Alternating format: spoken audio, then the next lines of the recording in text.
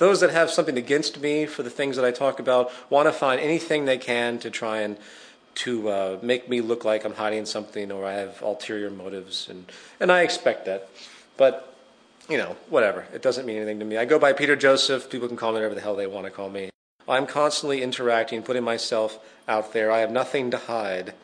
And even if someone finds out my real identity, where I live, who my parents are, who everyone in my friends are, it's not going to change a damn thing.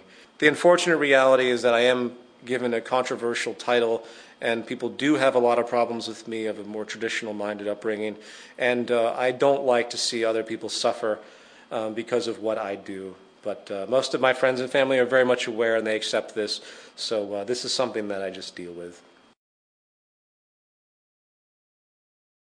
Anyone who thinks that I do what I do for notoriety reasons or monetary reasons or anything associated with self-interest has a lot to learn. First of all, I operate the movement site and the movement itself on a deficit. I do pay people to run and program things. I have a lot of volunteers, which I'm extremely indebted to, but to get things done quickly, very often I have to get people that work in the industries to do things. I sell a t-shirt to do that. It's the only thing that I sell that is designated for the movement. As far as the DVD sales, if people can't respect the fact that I charge $5 for DVDs that could be charged $20 for, that I did spend a great deal of money to make those films, the DVD sales obviously are part of my income.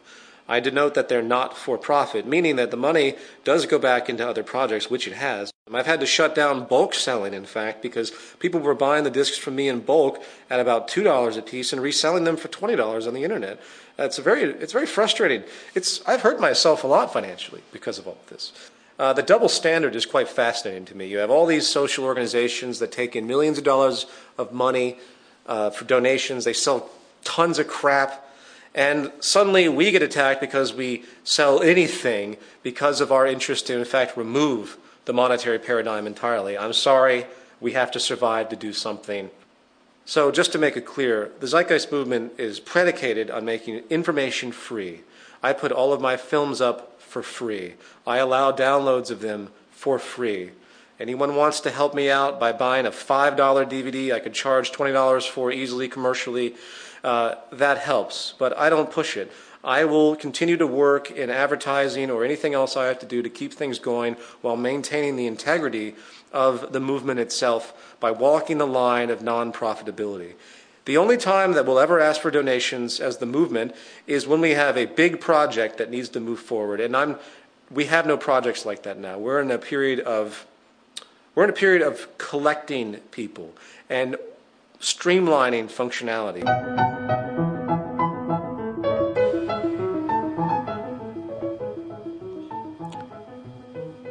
If you read economics, they present it as though it's a science.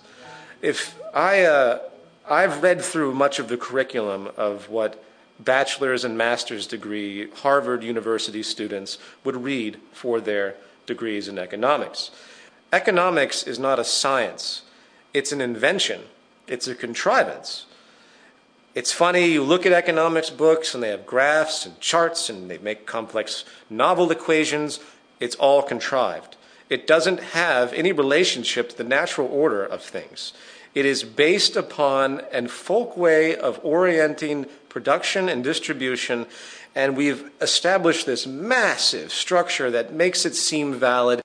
There's really nothing anyone needs to know about economics than the fact that the entire global economic system is based upon people constantly consuming, irregardless of the state of affairs and natural orders of energy, planetary materials, and anything else. It is blind, narrow consumption with absolutely no regard for the environment. We have to recognize that we're all scientists.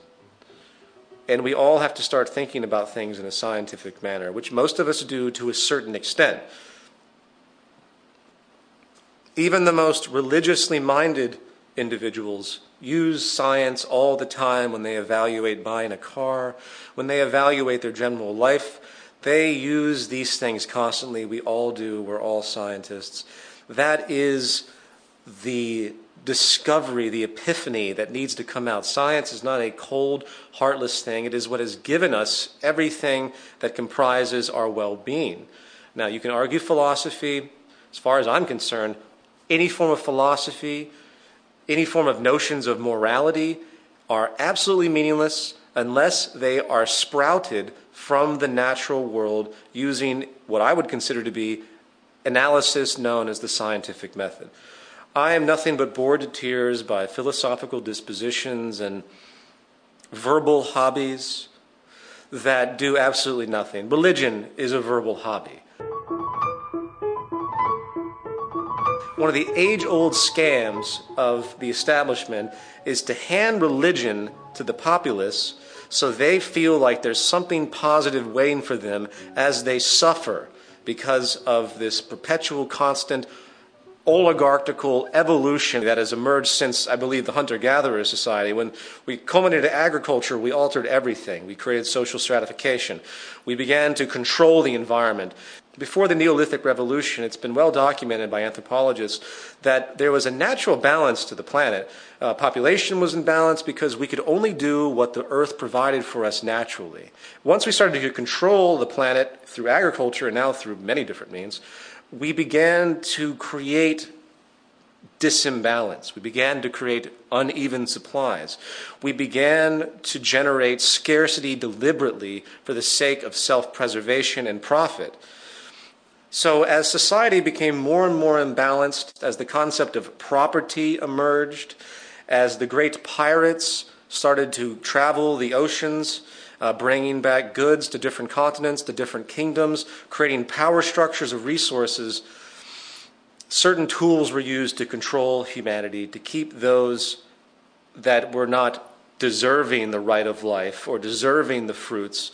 To keep the stratification going, they were given various tools to subdue them. Religion is one of the age-old tools to subdue the masses. Now, by the way, I'm not saying that's where the origin of religion came from. That's a whole different subject if you want to talk about it, because it was covered in the first part of my film. I'm simply talking about the political usage of religion, which carries on to this day. How many times do you hear the President of the United States say, "God bless America"? What an offensive, insulting thing to say to the American people. First of all, it's offensive to every other country in the world. Why would God just bless America? God would bless the planet if we lived in a sane society, if there was a God, of course. Anyway, I won't even go on that tangent. Religion, to me, has two sides. On one side, you have the dogma, the indoctrination. You have resurrections. You have all the fantasy notions that that exist in the literary books that are there. On the other side, there's a brilliant philosophical disposition. I happen to love a lot of the things that the Jesus character had stated. I see beautiful notions in almost every major religious figure.